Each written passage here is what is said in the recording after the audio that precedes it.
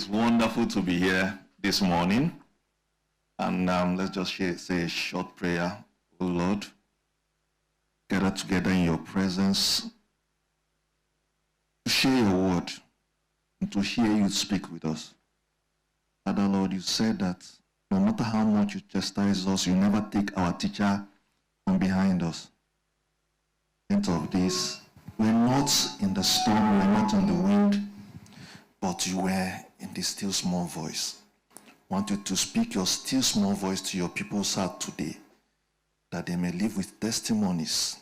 And when they come next time, they will say, my brothers and sisters, come, let's go to the house of the Lord. In Jesus' name we pray. Amen.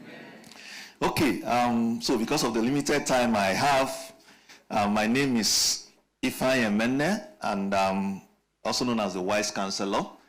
And I like to share stories. Most of my messages are designed with stories. So let me start with a story that happened in 2010. So something funny happened yesterday. My 6-year-old daughter was asking the mother, Mommy, were you born in the 90s? She said, no. Were you born in the 80s? My wife said, yes.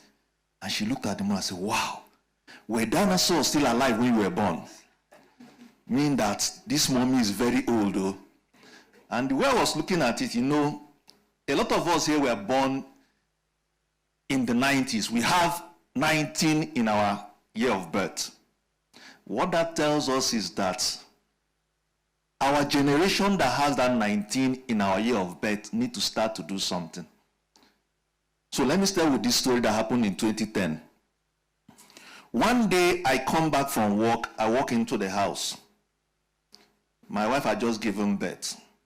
I walk into the house and she looks at me, she doesn't recognize me. And she's just saying, Daddy, Daddy, Daddy, over and over. And suddenly I looked at her and my 2 little children, and tears just started to come. Because before then, I studied pharmacy in school. I was running my pharmaceutical company, which was doing very well. And one day I heard this prophecy that God wants you to teach people how to run good businesses. So I felt that the normal thing, and because I was running a successful business, it was just to gather people, tell them business strategies, and continue my successful pharmaceutical importation business. What I didn't realize was that God had a different plan. Because it's easy for you to go and read something from the book. I meet you, I said, so if you want to get the latest job, you write a good CV, you do this. But when you have not passed through that process, you won't understand what people who are going through it are passing through. So when that prophecy came, the next thing that happened was that my business that was doing very well, moving fine, suddenly collapsed.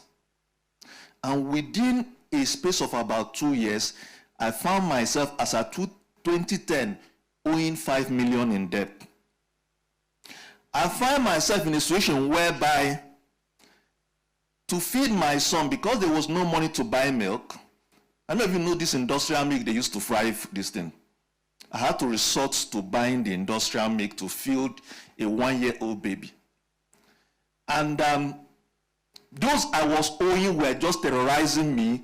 And sometimes my wife would just, in the rain, carry our baby, just go to these people's house. Can you just give us some time to pay you? So that particular day, the pressure just got so much, and it just hit her in the brain, and it started to affect her. And that day, I was just asking God, or asking myself, are you sure there's really a God? Because if you can get to a stage whereby you believe God on something, I was minding my own business, JJO. My pharmaceutical business was doing very, very well. And I decided, okay, let me listen to this prophecy. And this thing started to happen. But then, one of the things that he did was he started to show me things in the Bible. And he started to talk to me that if you don't walk through this experience, there's no way somebody will believe you. So what I did was that I now stepped back and asked myself, why did this business that was doing very well suddenly collapse? So I started to study business failures, started to find out why businesses failed. Now, I also started to write articles about business failures and how to avoid them. And one day I go to somebody, I said, you know what? I think if you try one of these ideas in your business, it will really change. After some time, this lady came back to me and said, you know, this idea you gave to me, I think I should pay you for it. She paid me $85,000. That was the first month. I said, wow. Before you know it, I gave somebody another idea again. He paid for it. And as we are going, people were paying for the ideas and suggestions I was making. Now, one day, I did a video that I put out online. Normally, I share videos I do. And one of the things you must also learn in your journey of life is don't allow whatever crisis you are passing through reflects on the outside. Because people would, there was a young man that was desperate for a contract, and I had to take him to one of my clients to give him the distance. Well, when the young man left, my client called me and said, if I give this young man this contract, he'll use it to solve his problem. So, don't allow whatever you are passing through reflect on the inside. Go inside your house, do all your crying, weep within you and say, God, why me? But once you are going out, anoint your face, anoint your body, iron your clothes, and go out. Because God looks on the outside, but people you'll be relating with in the world will assess you first based on the appearance and the outside you project. If I see you looking like a hungry man and you come for an interview, the first thing is that this person, no matter the qualification you have on the inside, this person has something that is lacking. So, I started to do this. So one day, I put out a video and I get a call. Now, if I mention this man's name, he's one of the top 5 in the shipping industry in Nigeria. He calls me, I get a message. And can you, this thing you talked about in this video, can you do it in a company? Now, I didn't expect, just less, I've known him for years, about 10 years ago. So when I get I saw the text message. No, the message first was, can you come to my office?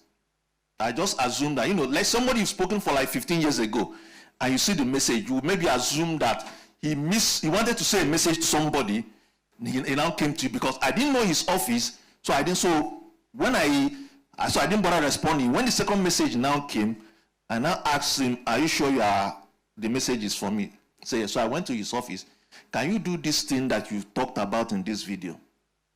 Apparently, his business then was bleeding 10 million naira per day. And as at that time, he was owing shipping companies about 1.8 billion.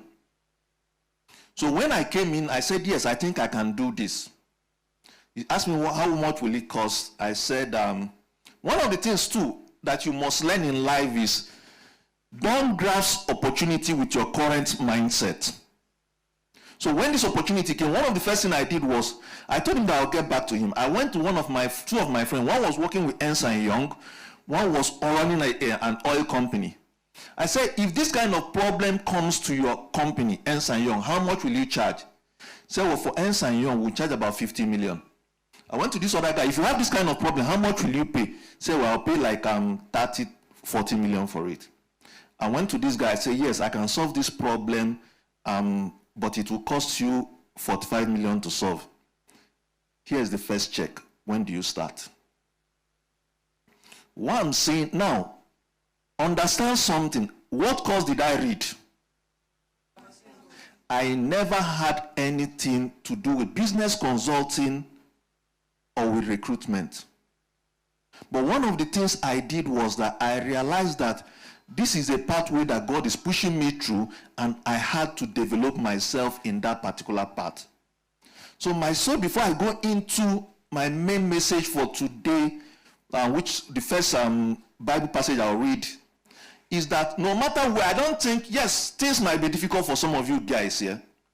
So we have a campus in Amu Odofi, a 2-story building. So my wife that couldn't bear, and also everybody too. One of the things I advise churches when I go to speak to churches is have a counseling session. Have where people can come and share, just talk to somebody. People are passing through issues.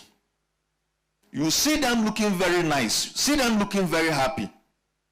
But I can tell you that from the experiences I passed years back, I will come out looking very happy, looking clean and smooth. But inside, I was asking myself, so one of the things I learned is when you can't afford to power your gen, and so you depend only on NEPA, when you are passing through issues, I mastered the different soups that you can cook and warm it over and over and over. Egusi will just, within 1-2 warming, it will just lose its taste. Okra within 2 or 3 days will lose its drawness. But you see, banga soup.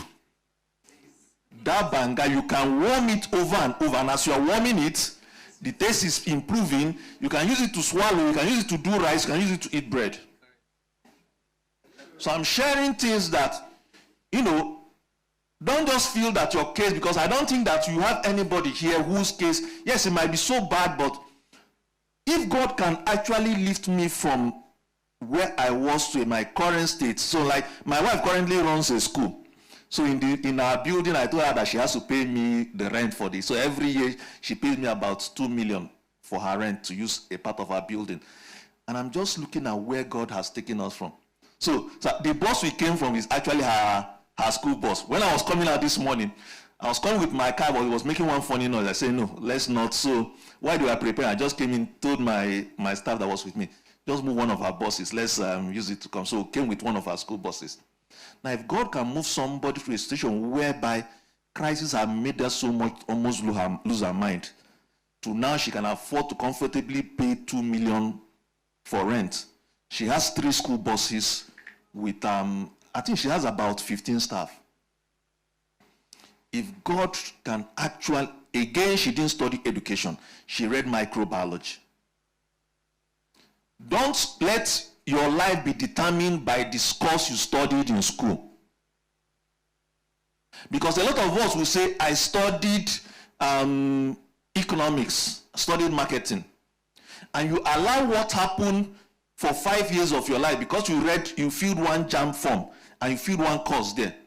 And now you've come out at the age of 20. Even maybe when you were filling the JAMB form at the age of 18 or even 19, you didn't even know what that thing was all about. When I was filling my JAMB form to study pharmacy, I didn't know what a pharmacist did, but the name sounded nice, so I had to fill pharmacy. And because you did a course for 4 years or 5 years, you now allow that 4 years, 5 years experience determine what happens to the rest of your life.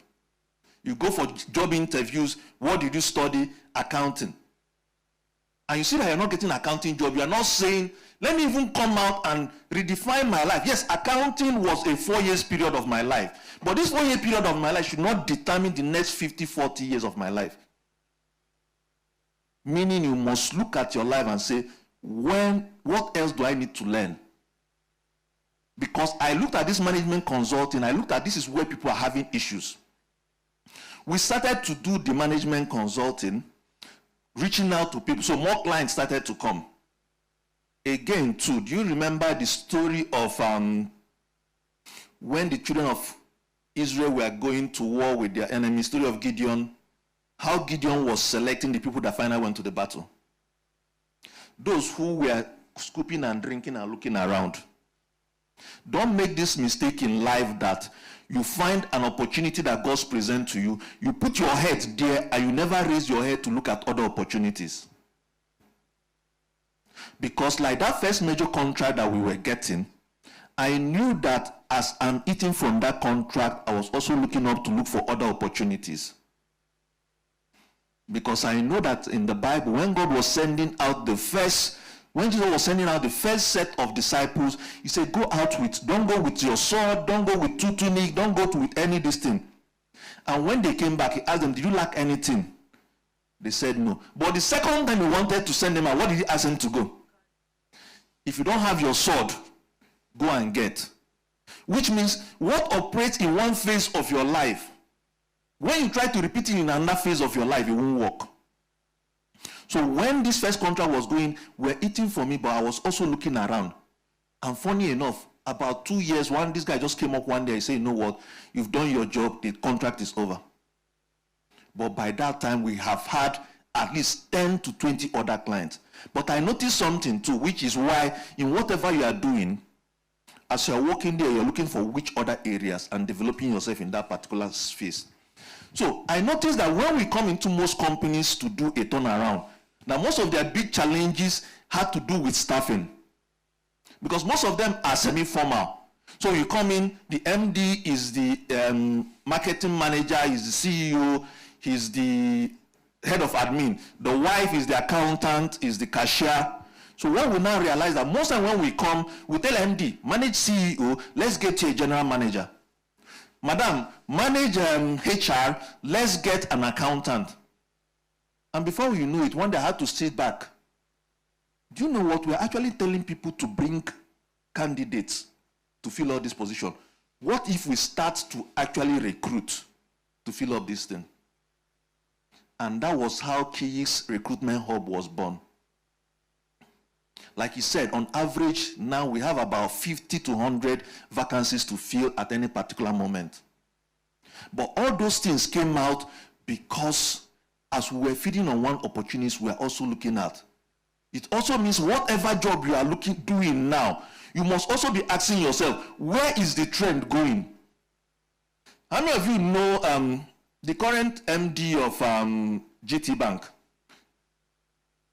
She read pharmacy, nothing with banking.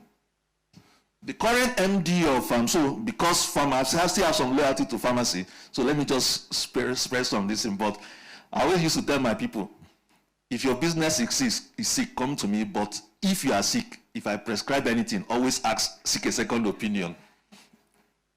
The current MD of OPE is a pharmacist. So it's not because they spent 5 years studying pharmacy. When they came out, they looked, where are the opportunities? And they turned towards those opportunities. The next point I also want to make to us is 1 year, in my first year in pharmacy school, I come to school and I see a student driving a bus. I ask somebody, why is this student driving this university bus? Said, that is the director of transport of the Students' Union. Said, does it mean that if anybody wants to drive the school bus in this school, all he needs to do is to become the director of transport? They said, yes. And from my first year, I said, you know what? Before I leave this school, I will drive this bus. And I started to set a plan. The associations I joined, the relationship I joined, things I needed to start to avoid. And by my 4th year, I became the director of transport Student Union. A lot of us, when Jesus was starting his ministry, he made something clear. The Spirit of the Lord is upon me. He has anointed me to heal the sick, bring the good news to the poor. He was clear about what he wanted to achieve. Why a lot of us are struggling in life is that we've not sat down to tell ourselves, in the next 5 years, this is where I want to be. This is the career path I want to follow. Because whether you like it or not, we are in the year, what year is this now? 2023, Abi? Do you realize that there was a time that 2023 used to be very far away? All of us were alive in 2013. And if they mention 2023, it will look as if it's something that is in the next world. Meaning that probably in 2013, some of us here just finished university. And we realized that the course that we studied is not the career path we wanted to follow. And somebody might have advised us or may not advise us to say, why not shift and start to study something else? Start to build your career in another space. But we just say, you know what, this will take me 10 years. But now you are in 2023. And whether we like it or not, one day or not, 2033 will come up. Your status in 2033 depends on the decision you take from today. Which means stepping back and looking at your career, asking yourself, am I where I want to be? This career path, if I follow it in the next 2, 3, 4 years, will it get me to where I want to go to? Meaning for each and every one of us here, it doesn't matter what you are doing. It's about coming out with a definite plan of in your career and your business where you want to. So I want to start with, can somebody do Matthew? Okay, because of time, let me just rush through it. The parable of the sower. Matthew 13 verse 3. And it says, and he told them many things in parables, saying, a sower went out to sow, and as he sowed, some seed fell along the path, and the birds came and devoured them. Other seeds fell on rocky ground, where they did not have much soil. And immediately they sprang up, since they had no depth of soil. But when the sun rose, immediately they sprang up, but because they had no depth of soil. But when the sun rose, they were scorched. And since they had no root, they withered away. Other seed fell among thorns, and they grew up and choked, and the thorns grew up and choked them. Other seeds fell on good soil and produced grain, some 100-fold, some 60, some 30. He who has ears, let him hear. So let me break it down in terms of work and business. If you people can understand, because I always work with stories. One of the things, one day I asked myself, why did Christianity spread so wide? Because Jesus preached with stories. You might forget the key points somebody made, but the story the person told, you remember. And the stories, lessons embedded in the story, you will remember. So, we talked about the parable of the sower. This one of the things he said. So for all of us who are looking for work and for whatever you're saying, you're doing, he said, a sower went out to sow.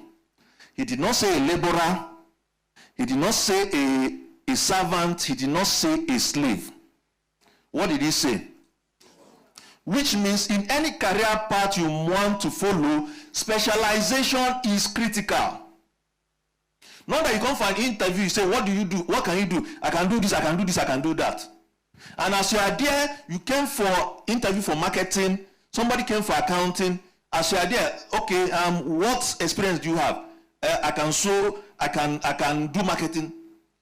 Clearly tell yourself, in this space, I want to be a sower. In this space, I want to be a cultivator.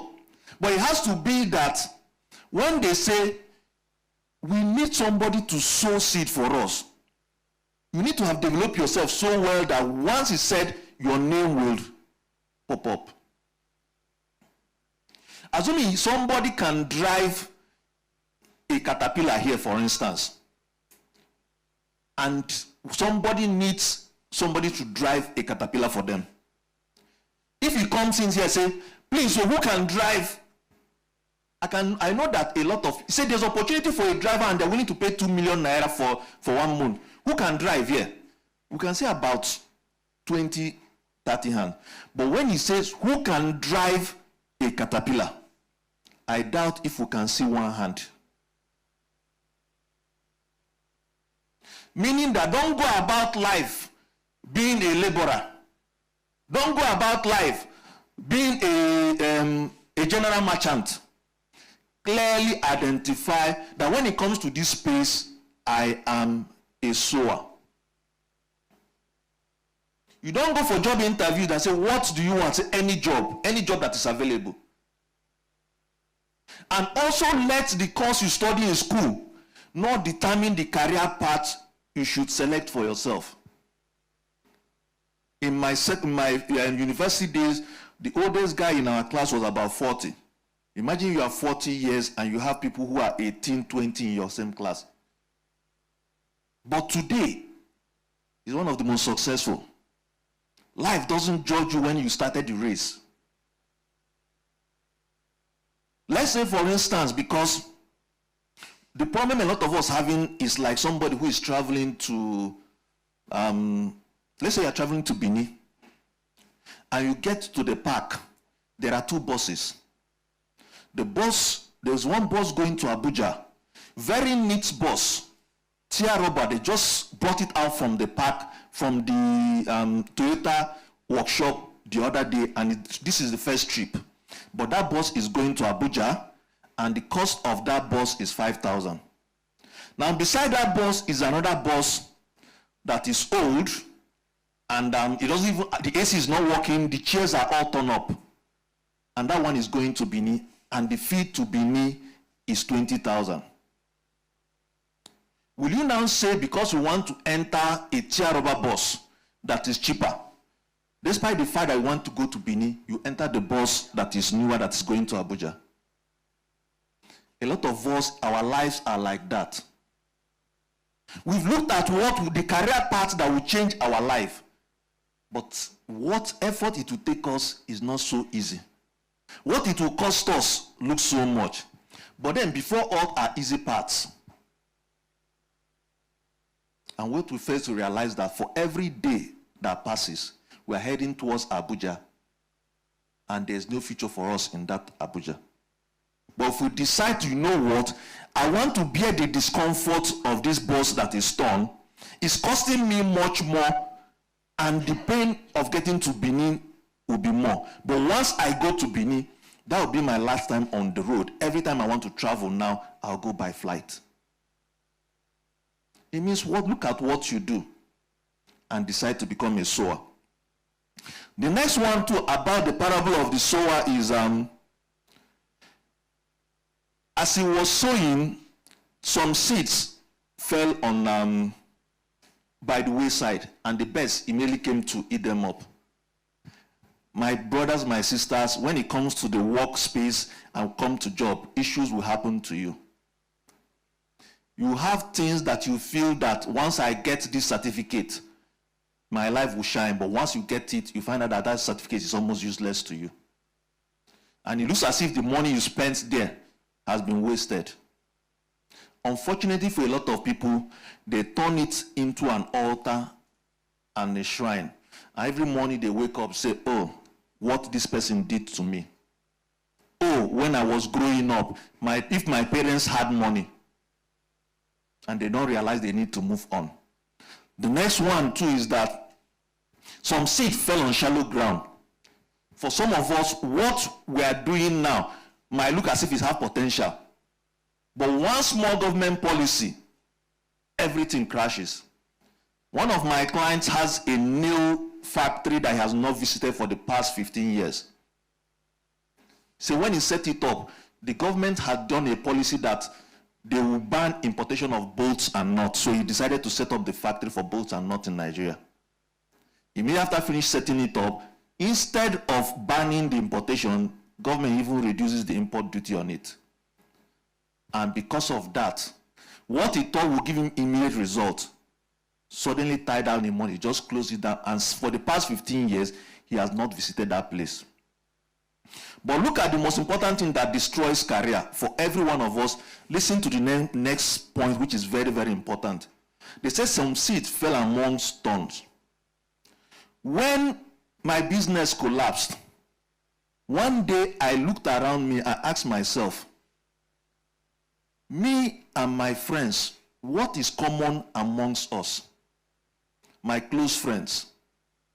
And I noticed that of my close friends, all of us, there's this street, Olonade Street in Yaba. Every morning, around 9-10, we'll just gather there. And there's this woman that used to sell very sweet ewa and bread. All of us will gather there. So one day I stepped back and I asked myself, what is common amongst all of us? And one of the commonalities amongst all of us is that either our businesses has failed or our businesses were failing. There's something I say, if you want to know your future in the next 5 years, look at the 5 people closest to you. Because their life will tell you how the quality of your life in the next 5 years. Do you know why? As soon as, for instance, I want to go to Ikeja, and she's one of my closest friends. And I come to her, I want to go to Ikeja, and say, there's always traffic on the Third Mainland Bridge, so don't bother going there. Do you think I'll go to Ikeja? Because for each and every one of us, the ideas that run our life come from our closest circle. Which means the thorns that will choke your career are the thorns of your close friends. If you don't sit back and do what is called friendship audit, that these close friends around me, Are they the kind of people that will get me career-wise to where I want to go to? If you don't do that audit, I can tell you, it doesn't matter what anybody tells you. Because your friends will share stories with you. Your friends will give advice to you. And your decisions and the mental roadmap you design in your brain comes from those people close to you. But the final part for this in story is that if you decide to stay on that path and you are improving and you are learning from your mistake, you suddenly stumble on something that will work. It gives you 30-fold. You try it in a better way, it gives you 60-fold. You try it again, and people are wondering, is this person doing some money ritual or some magic? My point is, become a sower in a particular space and start to invest time and resources. I'm not here to tell you that your life will suddenly become wonderful by, okay, do you know how to write your CV very well? Do you know how to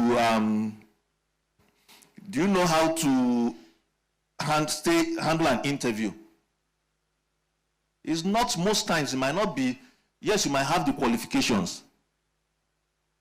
But one of the things that determines whether you get the job is, are you showing the sowership in that particular area? And one of the most important things about this story, which has to where Jesus said, he who has ear to hear.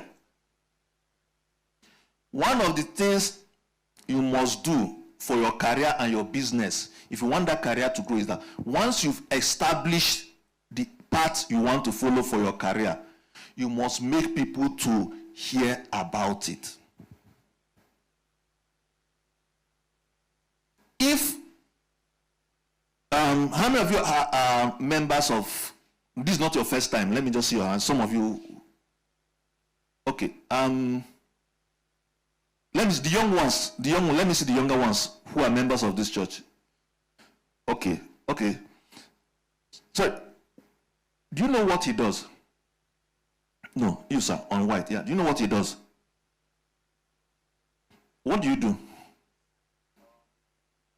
What do you do? Sorry? Now, assuming he's a driver and in his company, there's an opportunity for an executive assistant. Do you think he will look for it within here? Do you think he'll put a call across to you, see, oh, in my company, there's an opportunity for executive assistant? But maybe every Sunday you come to church, you sit down and say, God, answer me, move me from office assistant to an executive assistant. But you're not screaming from the root stuff. And because you're not screaming it, I'm an office assistant. Anybody who needs anything that has to do with office assistants, call me.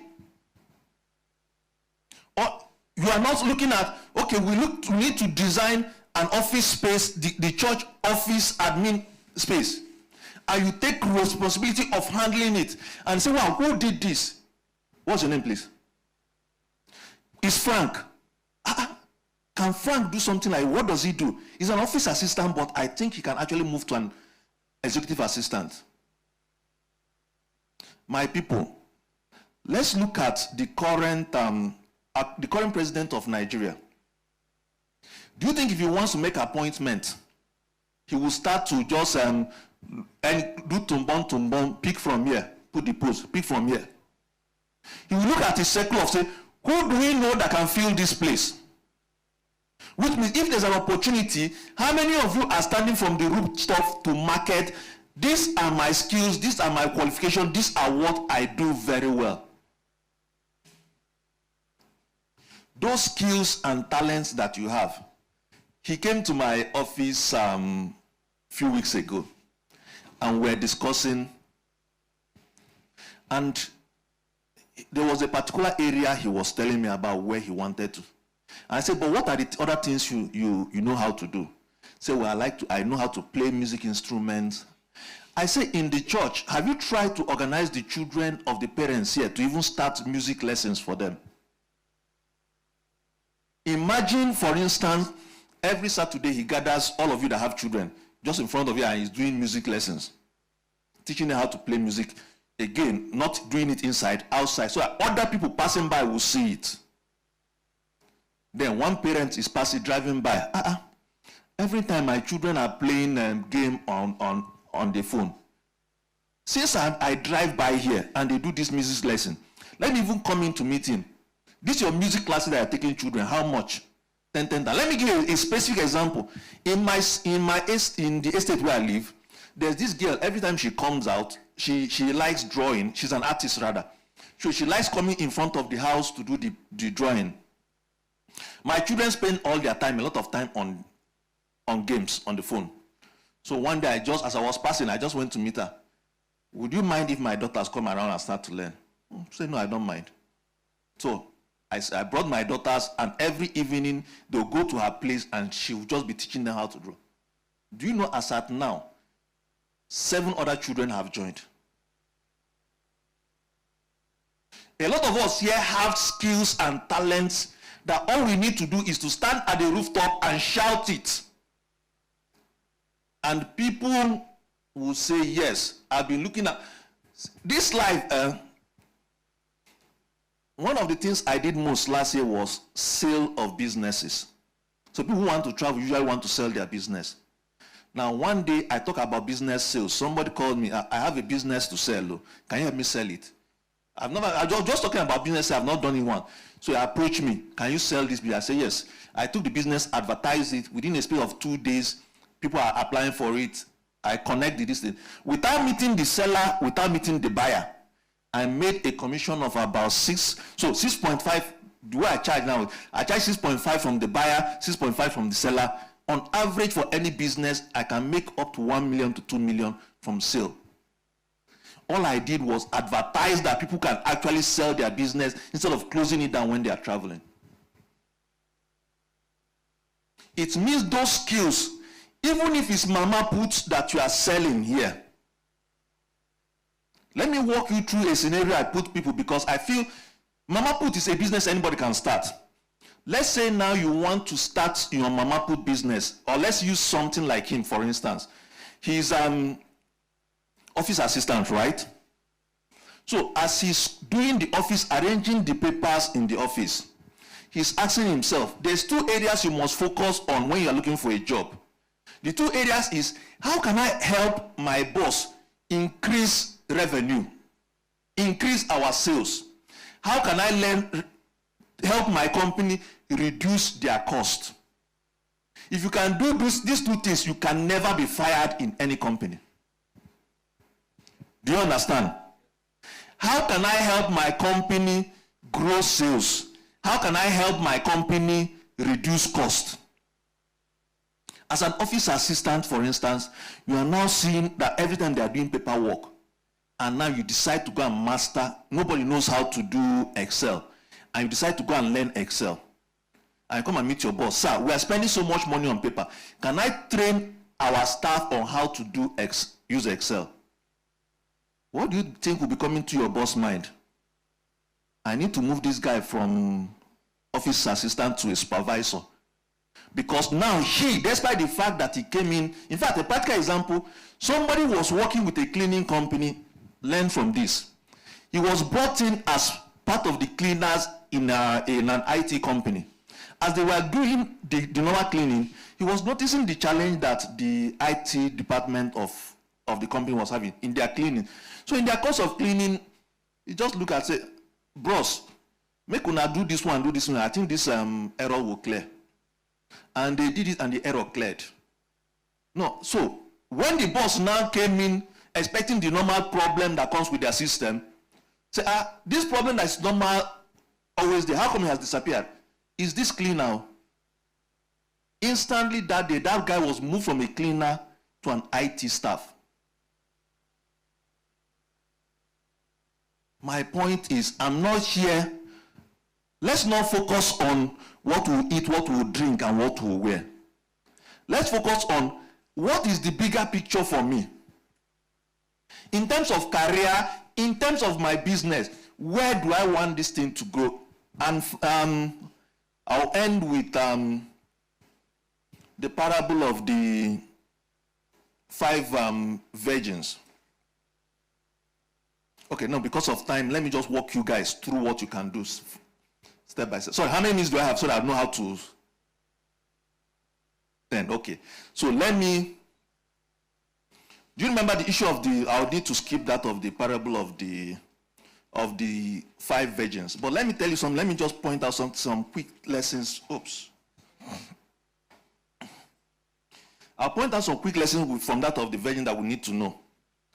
The first mistake of the 5 foolish virgins was, you can't really call it a mistake, was that one, they went without oil. So everybody can make that mistake. But foolishness starts in when you go somewhere and people who have resources are burning their resources and you know you don't have resources. Wisdom says conserve your resources when others are burning their own. Because they came with the lamp. When the groom had not come, there was no reason for them to be burning their oil at that particular point. They should have switched off their oil, their lamp, until when. Don't, because somebody, you don't know who is backing whoever. And we are saying we shouldn't agree. They are disrupting operations in the office and you join them. 2 students were disrupting exams and they were causing problem in the school. What one of them did not realize was that the other one, his visa for traveling to America was already ready. And when they caused this problem, the school decided to rusticate both of them. When they were rusticating the 2 of them, the second one the next day was already moving to America. Don't use people's excuse for causing trouble to cause this thing. Because everybody's scattering their resources, you know where you're coming from, you know you have limited resources. Conserve it for when it's necessary.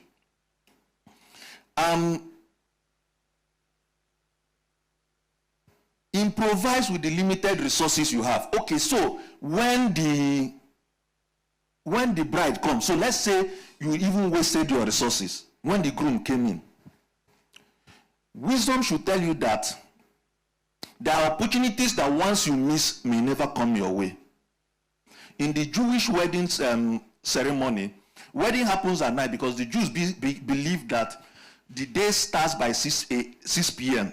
based on God's creation, because it's evening and morning, day 1. So the Jews normally count their days from 6 p.m. in the evening. So for them, wedding should happen from the beginning of the day. So now, normally the groom goes to the house of the bride, takes her to his house. So the friends of the bride now wait with her in her house. That was why the Bible said they were waiting and they fell asleep. So the groom now came. Now you say that you need to know that you must join that train of the people going to the groom's house, because once you miss it, you can't get another opportunity again. There are certain opportunities in life you must never miss, my brothers and sisters. Not all opportunities of life are created equal. Meaning that when you assess a future opportunity coming in, and your people are saying, let's even go and eat, it might take us 10 minutes. You go for an interview, people are sitting down, say, this thing might start by 4. Let's even go and eat. You don't know, maybe when you are stepping out to go and eat, that is when they say, this is supposed to happen by 4. Let's even have it now.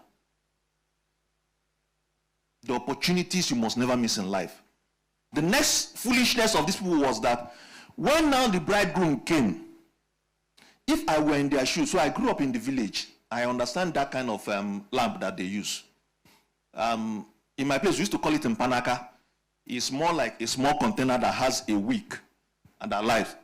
If I was in their shoe, improvisation is a critical aspect of life.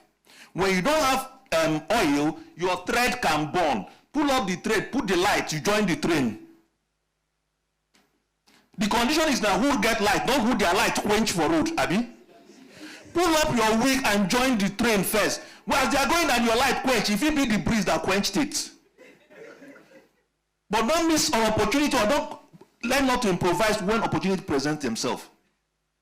The other weakness of these people is they fail to realize the use of alternate skills and talent to make their weaknesses disappear.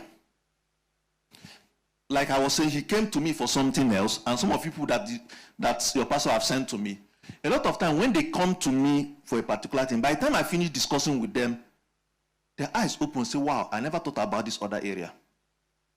These guys, yes, they could not improvise.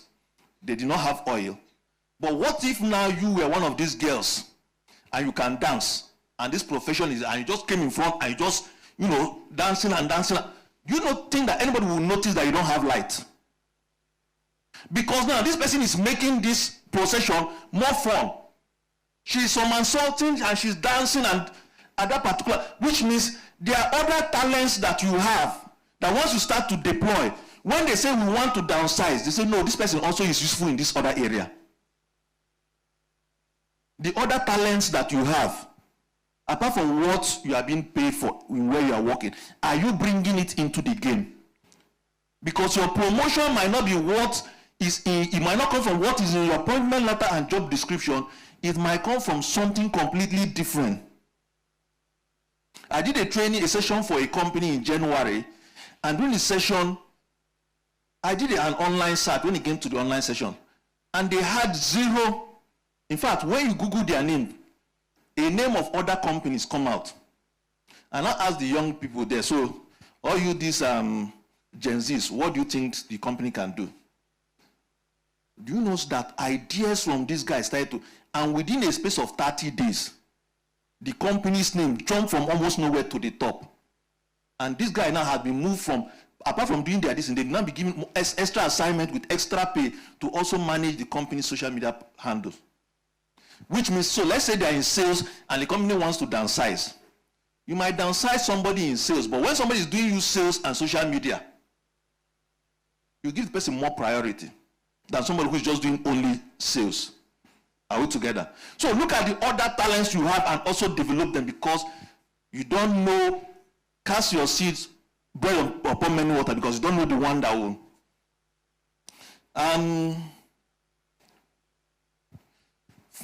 Do not take bad advice that sound helpful, that may sound helpful and useful. You must also know the difference between sound advice and discharge advice. When the people that had oil go to the town and get your own oil, a wise girl would have sat down and say, going to the town to get oil. We've heard the sounds of the distance. Should I take this advice of going to the town to get oil? Still boils down to, who are you taking advice from?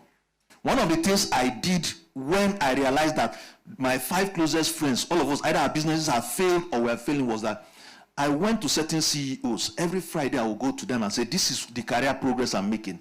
What do you advise? They say, okay, make 1 or 2 changes. And based on the advice I was getting from this new set of people, instead of my old friends, in fact, there was some, looking back, I looked at some of the silly advices I got from these guys. I would tell them that, let's go even into the market to sell our products. Now let's start to market, let's get marketers. Look at Green Life, their business is expanding. So you think that is marketing that is making business, Green Life business to expand. So they are the only people that know how to do marketing. There are 1 or 2 things that they are doing now. How can you? And I come down morning sure that doing more marketing will get me, revive my business. But when I came and my friend are telling me that no, Green Life are doing something extra, why would I want to go out to market? These girls are telling you these 5 reasons. Go to the market, go to the town to get oil. You are going to get oil when you see the opportunity disappearing. These are corrections. So in the advice now, the active part. So I've done the stories, my personal stories, the parable stories. Let's look at what we want to do. The first thing I want everybody to do here is, if you're in business or in this thing, number 1, write out where you want to be by 2027. Number 1. Write out where you want to see yourself by 2027. Whether you like it or not, whether you write it or you don't write it, 2027 will come. And when it comes, where it will find you depends on whether you have a vision. If Christianity is based on Christ, and the first thing that Christ did when he was coming was say, this is my vision. Heal the sick.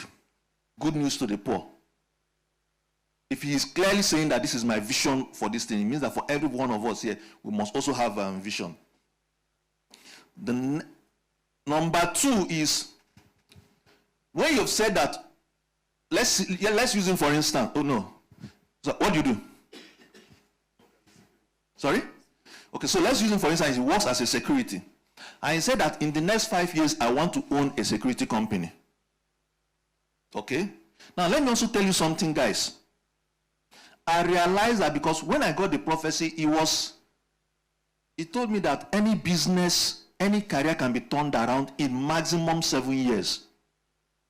This started happening to me from 2010 to around 2013. By 2019, we have started our building. By 2021, by December of 2019, we had moved in. 2013 to 2020, how many years?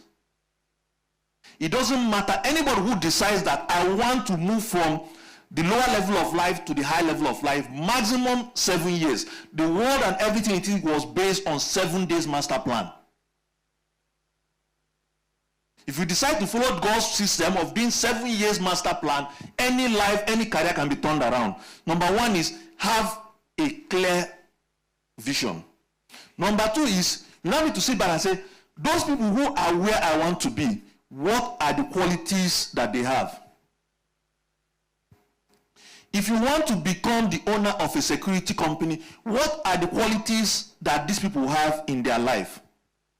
If you want to become an executive assistant, people who are working as executive assistant, what are the qualities that they have? Which means you need to do what I call quality audit. I want to be here and I'm here. What do people who are there have that I can now progress to get to where? The next one is you now need to draw a roadmap.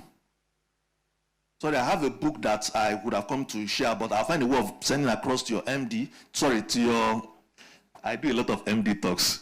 So as to send it across to your pastor so that he can share with you guys. There are certain qualities, it's called executive confidence. There are certain qualities for you to rise to an executive level that you must possess. One of the things that saved me was that when I knew that I decided to now to become a big consultant, I started to read what are the top consultants doing. And there was a time that as at 2015, when things had started to turn around a bit, I was still struggling, but in 2015, I spent $350,000 on books and seminars. Imagine you are struggling in life, but you are still spending every year. Which means, are you ready to pay this price of turning your business and career around? It's not just about, yes, what you're saying is good, but are you willing to pay the price? The next thing you guys need to do is, I strongly suggest, I would have done it, but there might not be time, is, who are those who want to change their life? You need to pair them. Everybody must have an accountability partner. I recently discovered that I was starting to slack in my daily reading of the Bible. What I did was to reach out to a pastor, get me a reading partner, so that I would say, you know what, today we are going to read 2 chapters of the Bible. Because I know that by evening I have somebody I will be accountable to. What do you think I will do? But when I was doing it on my own, I can just wake up and, so I will read it. I will wake up in the morning, so I will read it in the evening. In the evening I say, okay, let me even move it to next day. Anybody who wants to improve here, you guys need to have what is called accountability partner. If you, for instance, you are a security man and you want to improve, he is an executive office assistant and wants to improve. Both of you must come together and say, you know what, today or this month we are reading this book on 7 habits of highly effective people. And you are calling him, have you read your own? He's calling you, have you read your own?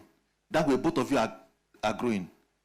The next thing you guys also need to have is, there has to be a system that forces you must be willing to pay some price, which means, if those of you who, it's not everybody, there's something called Pareto principle. I didn't make it. It's just one of the natural laws of life. Only 20% of us here are actually willing to change. But the way it's structured is that those 20% can actually carry everybody. So it's for the church to find out who are those who are really committed to change. I say, okay, you guys, we are pairing you guys. And you know what? For anybody who is willing, you must commit 10,000 naira. Do you get what I said? It shouldn't be just, okay, you just want to pay, you and two. Two of you must do 10,000 naira. So that if anybody who doesn't meet the commitment will lose the 10,000. Okay, but after that, if you meet it, the church will even support you with extra 5,000. That way, people can grow. Thank you so much for listening to me. I appreciate the time.